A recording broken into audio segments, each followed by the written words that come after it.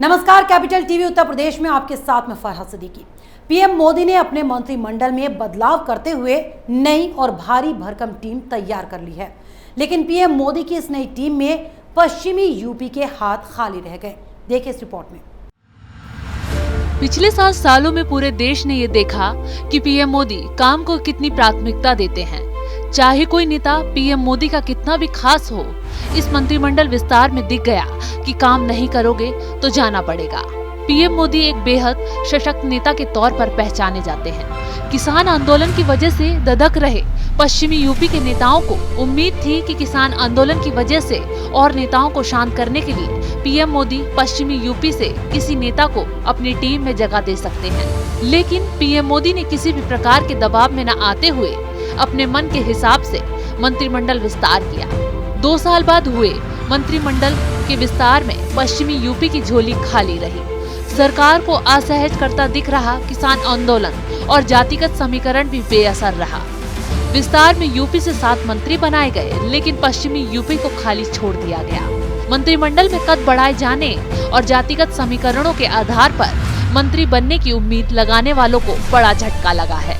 BJP के संगठनात्मक रूप से प्रदेश को 6 हिस्सों में बांट रखा है। पश्चिमी क्षेत्र में मेरठ, सहारनपुर और मुरादाबाद मंडल के 14 जिले हैं। बुधवार को हुए मंत्रिमंडल विस्तार में इन जिलों से किसी को भी प्रतिनिधित्व नहीं मिला। 3 कृषि कानूनों को लेकर 7 महीने से किसान दिल्ली की घेराबंदी किए हुए हैं। इसमें पश्चिमी यूपी के किसानों की सक्रियता ज्यादा है। केंद्र में राज्य मंत्री डॉक्टर संजीव बालियान कृषि बिलों के समर्थन में काफी मुखर रहे हैं। कई स्थानों पर उनका विरोध भी हुआ। माना जा रहा है कि साल 2022 के विधानसभा चुनाव से पहले डॉक्टर बालियान का कद बढ़ाया जा सकता है। पिछली सरकार में राज्य मंत्री रहे बागपत के सांसद डॉक्टर सत्यपाल सिंह भी मंत्री पद के दावेदारों में थे।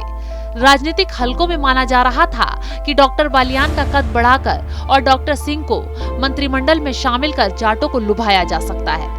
पश्चिमी यूपी में असरदार गुर्जर बिरादरी को भी साधने के लिए कैराना से सांसद प्रदीप चौधरी और राज्यसभा सांसद सुरेंद्र नागर में से किसी एक को मंत्री बनाए जाने की उम्मीद थी। इस बिरादरी को भी मायूसी हाथ लगी। इसके साथ ही मेरठ हापुड़ सीट से तीसरी बार से सांसद राजेंद्र अग्रवाल को भी मंत्रिमंडल में शामिल नहीं किए जाने से मेरठ के लोग निराश हुए। अग्रवाल वरिष्ठता के साथ ही संघ में भी पकड़ रखने वालों में से थे। वे लगातार 3 बार सांसद चुने गए।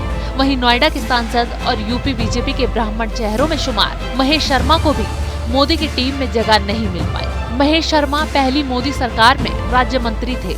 वहीं मीडिया में भी उनका नाम इस बार के मंत्रिमंडल के लिए जोर शोर से चल रहा था। लेकिन पीएम मोदी ने सभी को चौंकाते हुए यूपी में बेहद कम हाई प्रोफाइल नेताओं को अपनी कैबिनेट में जगह दी। पश्चिमी यूपी को लेकर तरह तरह के कयास लगाए जा रहे थे कि किसानों के आंदोलन को देखते हुए पीएम मोदी पश्चिमी यूपी के किसी नेता को मंत्रिमंडल में जगह दे सकते हैं। लेकिन पीएम मोदी ने साफ कर दिया कि फर्जी किसानों के इस आंदोलन से उनको कितना फर्क पड़ता है। फिलहाल मेरे साथ इतना ही। नमस्कार।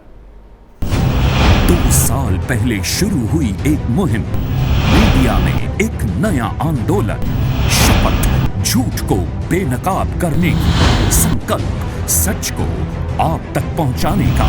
और इस क्रांति को मिला आपका साथ। हर दिन हमसे जुड़े लोग, 10,70 करोड़ से ज्यादा दर्शक हमें देख चुके हैं। अब है आपकी बारी। उत्तर प्रदेश में नए आंदोलन की तैयारी। आपका कैपिटल टीवी अब और स्पेशल और फ्रेश।